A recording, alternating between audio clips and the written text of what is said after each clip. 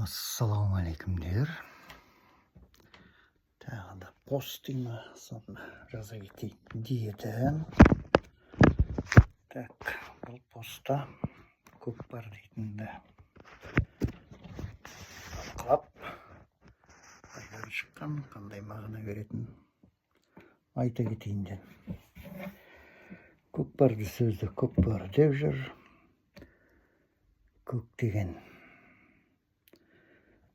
жаңа қасқыр деп жүр.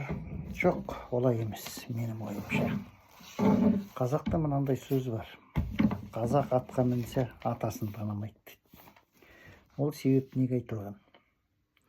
Ол алдында мен первопытный бір общинный строй, қазақта би болған жоқ. Би жоқ деп па, сол пост салғанмын. Сол постта бірінші первопытный общинный стройда би деген өзі шығуы. Жоқ, оны енді қоя тұрайыншы. Сол, в общем, соның продолжениесі. Қызық етсеңдер бар қарайсыңдар. Сөйтіп, сол биді қазақ жоқ қылған себебі ол ритуал болды. Сол ритуалды атқа мінгеннен кейін қазақ ұмытты да сол биді көкпар тарту арқылы көрсетеді. Ол кәдімгі ритуал. Бірдеменің бастауын алдында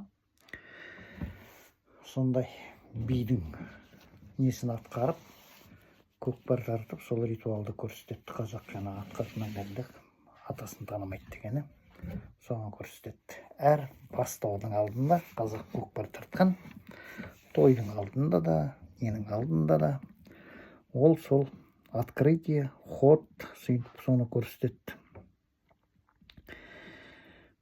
Енді көк дейтін сөзге келетін болсақ, ол синий, зеленыйға да келеді, небесныйға да келеді цветке, және ақ деген сөзді білдіреді.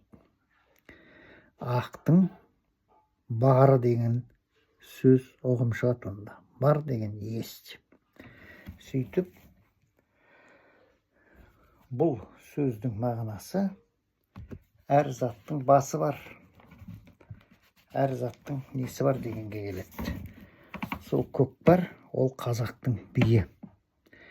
Оны көкпарды қазақтар жаңа би қылып көрсетсе, бізден басқа ұлттар атқа бізден кейін мінген атты қастерлейтіндер аттың үстінде көрсеткен нені жигитовка дейді. Жігіттің нағыз шындалған жері деп. Бұл видик сондықтан қысқа да, нұсқа да болды ма деймін. Так. Сөйтіп қазақ ата жолын, ата биін ұмытып, өз ат үстінде несін көрсете білген. Сондықтан осыменен видик аяқталды. 3 минут болды ма? Қысқадан нұсқа. Сау саламат болыңдар. Қазақтың даласынан шық.